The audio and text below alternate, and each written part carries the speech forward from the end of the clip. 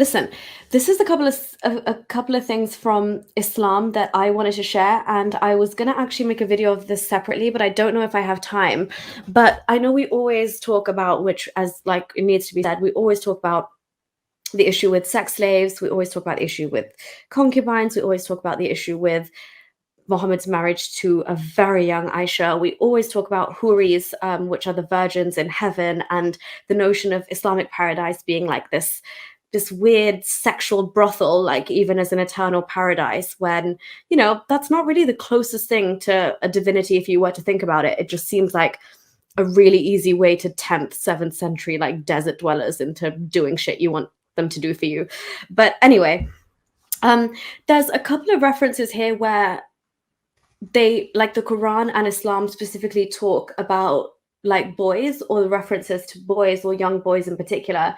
And I just wanted to share, so that we're going to bounce back and forth from a couple of Islamic references, but one thing that really concerned me was the change in sunnah.com's translation of one of the hadiths, because I was talking to a fellow ex-Muslim from the UK. He was vocal, but he's not at the minute, so I don't want to say his name. But him and I were talking, and he said that the young boy stuff really bothered him. And I was like, I didn't know to the extent that you knew it. And we were just sharing screenshots back and forth at that time. And now, today, when I wanted to share it with you guys, because I was like, I'm not sure if I'll have time to make a movie and I want to put that information out there, I wanted to get the whole hadith up to be able to share with you guys. But the entire wording has changed, and I just want to show you how they are toning it down.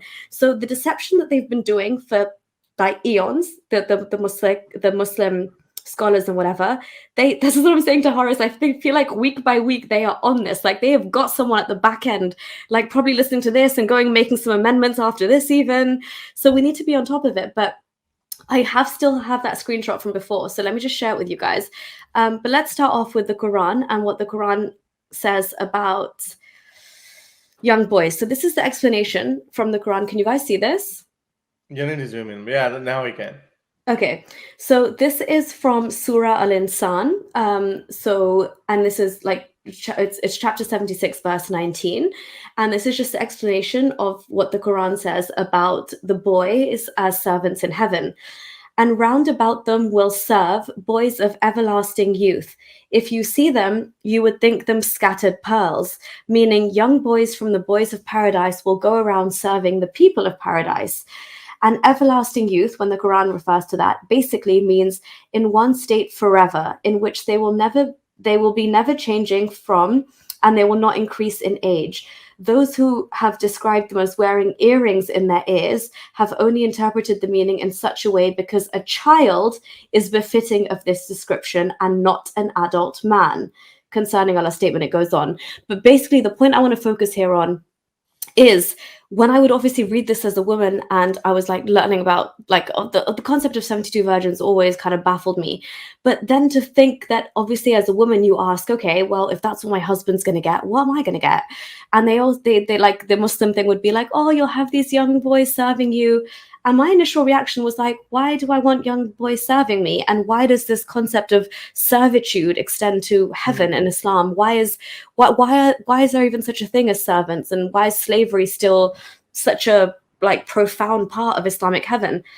But then just a couple of other parts where there is reference to young boys in Islam. I just want to highlight that.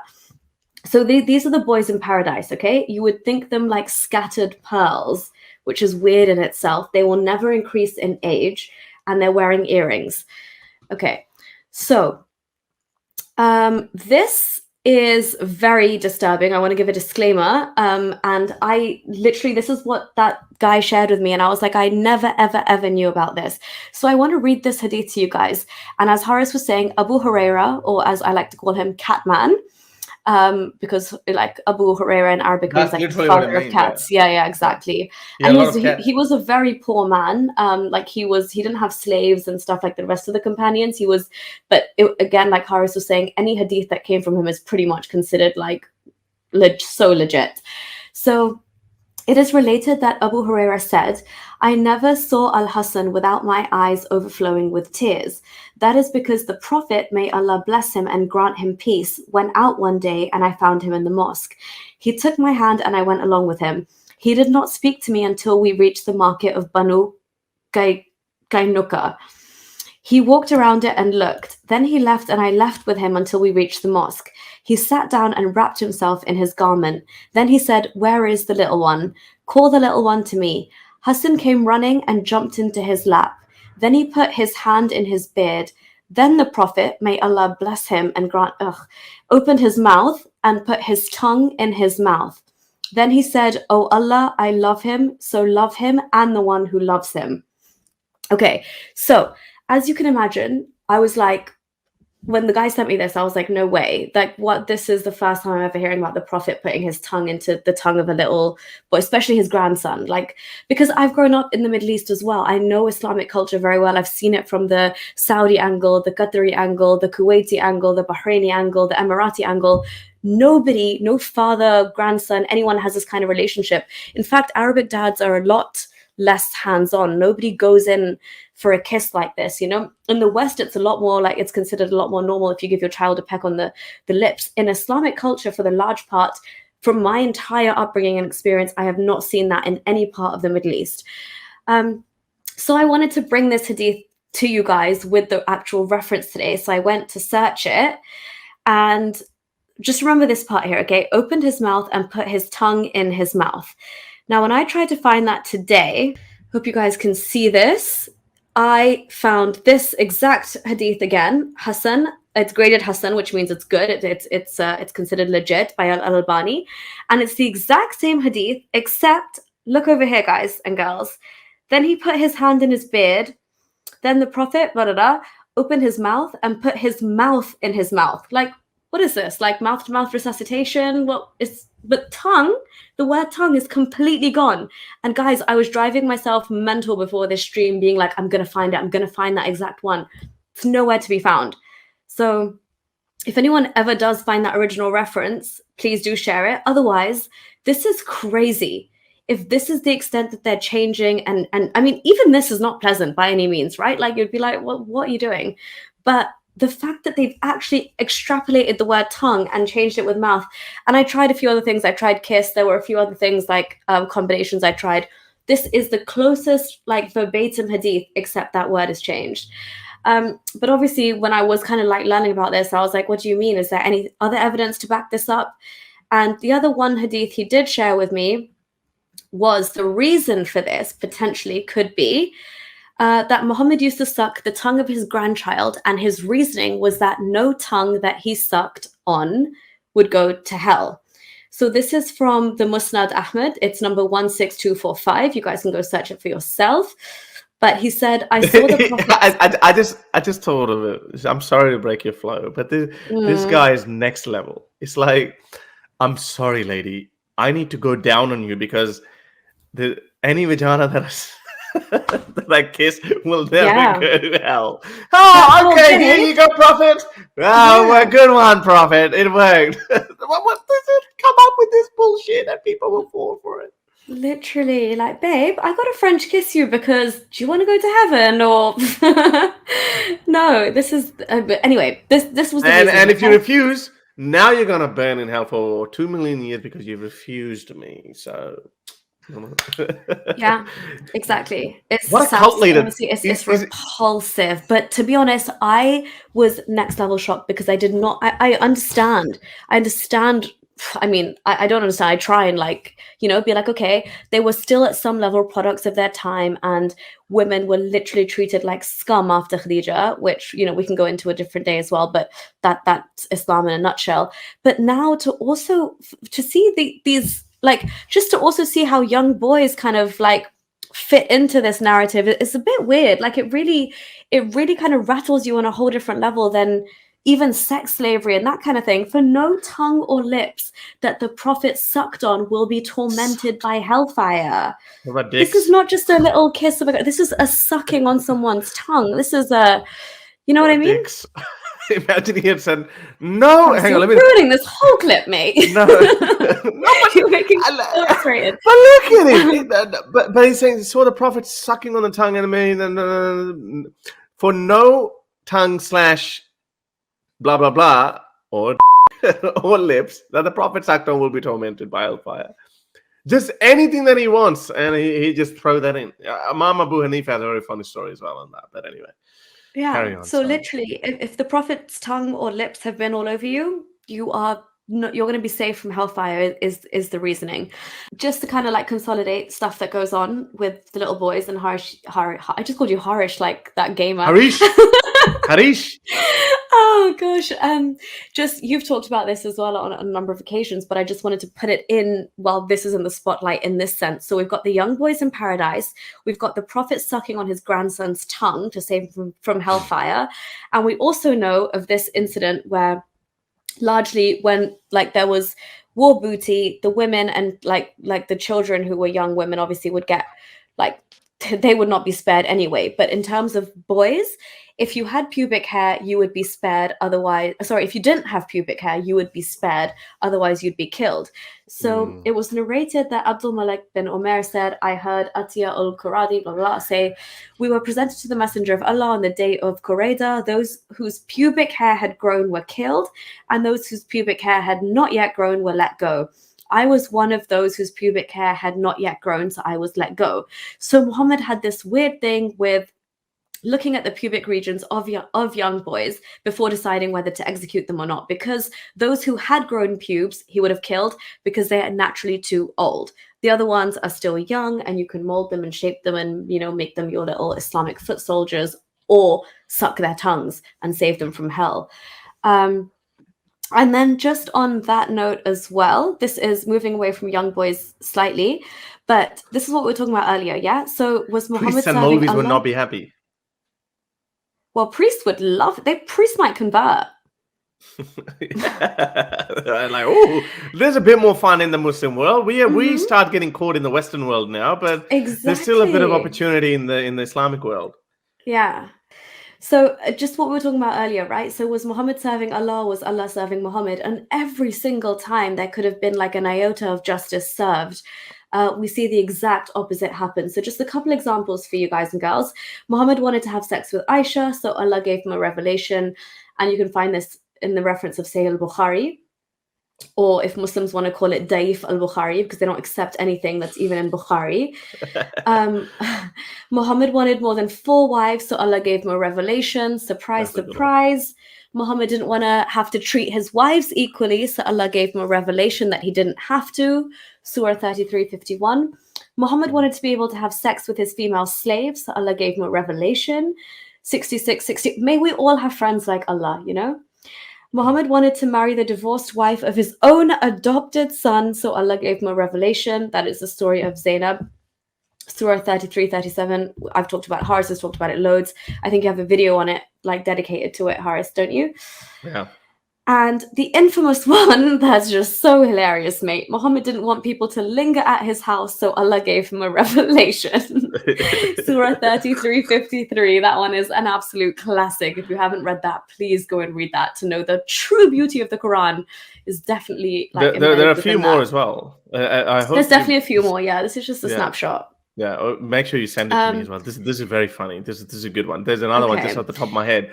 When Muhammad when it said that, oh, you can, I think it was covered in that one, but there's another point in that one as well. When no ordinary Muslim can marry a woman can never offer herself to a man in Islam, but with the exception of Prophet Muhammad. And in the Quranic verse actually says that this offer only if he likes exclusively. her. Yeah, this offer is exclusively for you, Muhammad, not for other Muslims. So if a woman comes up to Muhammad and says, take me, and if you like her, you can have her. But this offer is exclusive for our dearly beloved Prophet. Yeah, and I think somebody actually did a calculation on the entire amount of women that Muhammad like had during his lifetime. I don't want to quote the figure wrong, but basically a lot of those were, well, supposedly from the Muslim narrative, a lot of those women had actually given themselves to the Prophet, but he kind of just sidelined them, and he never went like the extra step with them, or he never even like put them to the level of like signing that nikah contract and making them a wife or anything, because he genuinely did not like them. So he would only, like, he even had a problem with, was it Hafsa, when she put on some weight? He wasn't really interested in her. She said, I even swapped my night. Oh, Sauda. Was it Sauda? She was a large African lady, apparently, according to the hadith.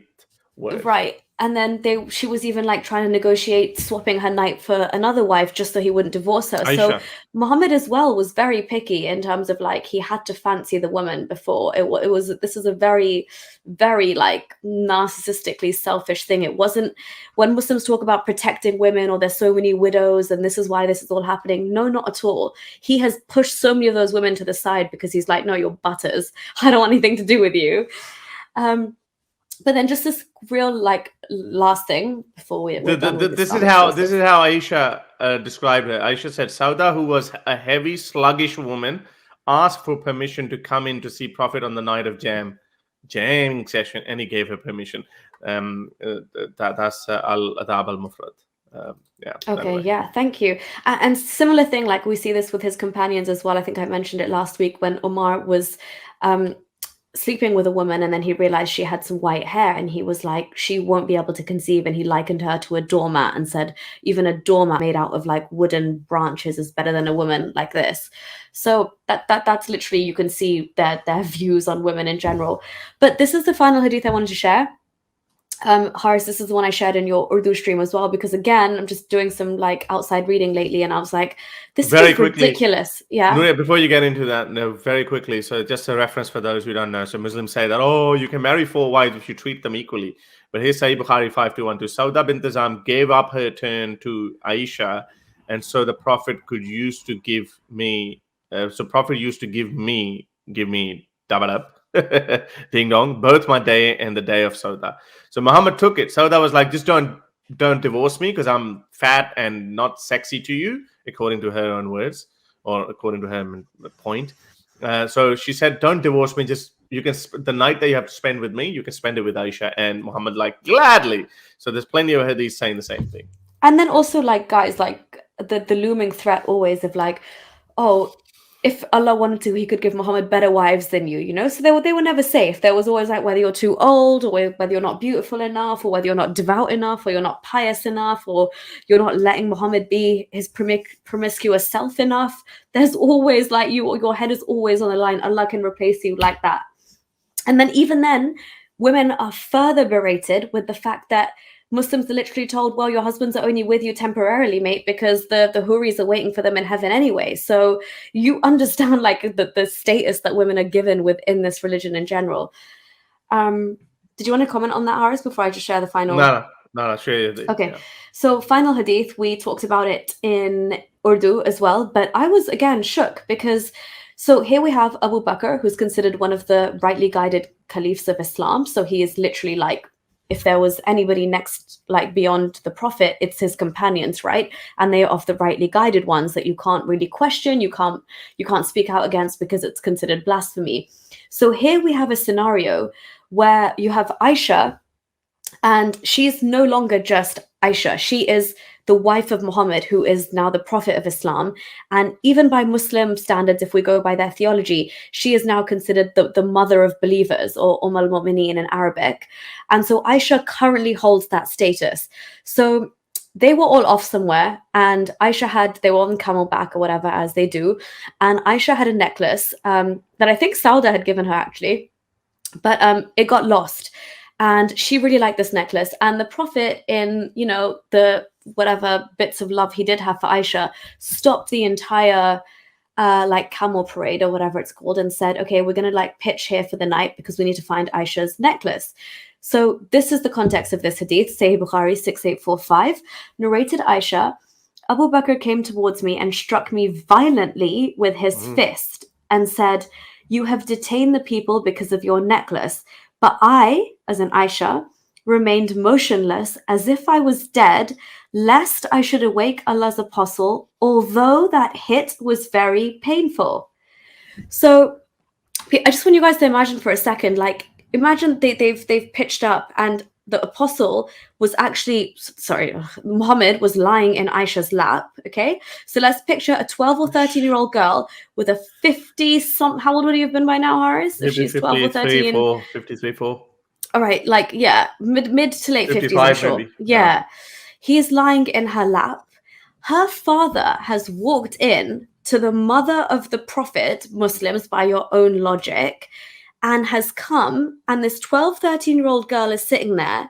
He violently hits her, so domestically abuses her, literally again and again. And in the Arabic, it's literally like here, like in her, like just like between her chest and her abdomen. He's like made a fist and he's hitting her. And the Prophet's like passed out. I don't know what cough syrup he's taken that night. But maybe he was pretending to be asleep. Oh, yeah, good. Yeah, I can't do that. You go, Abu Bakr. I mean, even though in Islam, okay, we understand that it's codified that a husband can hit his wife.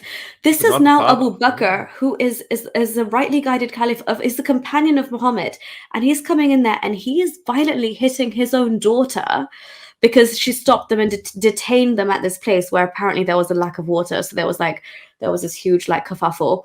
But again, like this is a very, very hard situation for Muslims to deal with, because if I was to read this right now as a believing Muslim, you're stuck between a rock and a hard place here, because do you call out Abu Bakr for his actions against a 12, 13-year-old Aisha, which I bet you every single fiber in your body would tell you to do, while the Prophet, the so-called Prophet, the eternal, example of mankind, is asleep in her lap? Forget the age difference, which is already repulsive. Her father is then coming and beating her to the point where she can't even react so as to not wake up the Prophet. And this 12, 13-year-old girl is taking the brunt of that just because she's kept them behind. So in this situation, it's a very, very difficult, I think, conundrum for Muslims to get out of, because do you come into the rescue of the mother of the believers, and do you stand up for Aisha being abused and hit like this by Abu Bakr? Or do you not say anything? Because if you speak out against Abu Bakr, you are speaking out against Islam and one of the most important figures of Islam after the Prophet, and that would constitute blasphemy in its own right. Do you see what I mean? Yeah. Well, I think we spoke about this in Urdu. Yes, we did in Urdu, but the English audience also deserves to hear it. Of course. Right? Yeah. All right. Well, that's what I thought I was doing today with the whole young boys thing. I was like, let me just show the Prophet in like some of his. No, we do that all the woman time. aspect. Exactly, No, I think we do. But I was even a bit scared to show the grandson thing today, and I was like, you know what? No, it needs to be called out. We've done that. I've done far worse in Urdu.